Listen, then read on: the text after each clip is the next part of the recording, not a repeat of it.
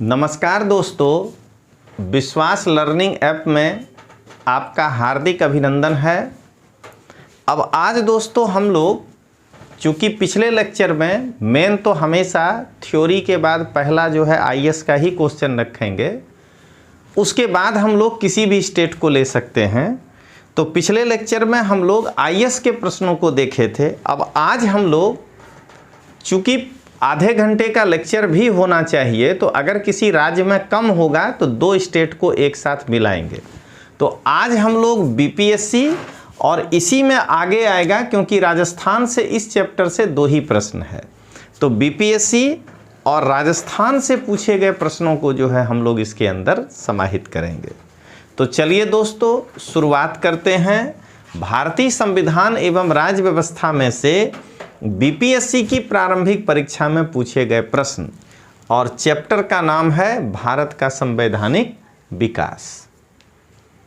पहला क्वेश्चन ये कब है? बीपीएससी 1994 का लिए हैं क्वेश्चन। भारतीय संविधान को अपनाया गया था संविधान सभा के द्वारा, ब्रिटिश संसद के द्वारा, गवर्नर जनरल के द्वारा और भारतीय संसद के द्वारा। तो हकीकत में इस प्रश्न का जवाब आप तब अच्छे से समझ पाइएगा जब आपको संविधान का प्रस्तावना पढ़ा देंगे। प्रस्तावना में हम फर्स्ट और लास्ट लाइन अभी बोलते हैं, देखिए आपको पता लग जाएगा। हम भारत के लोग भारत को प्रभुत्व संपन्न, समाजवादी, धर्मनिरपेक्ष, लोकतंत्रात्मक गणराज्य बनाने के लिए तथा समस्त नागरिकों को, पहला पढ़ दिए, उसके बाद न्याय है, स्वतंत्रता है, ये सब लास्ट लाइन याद करिए। एतद द्वारा आज इस संविधान को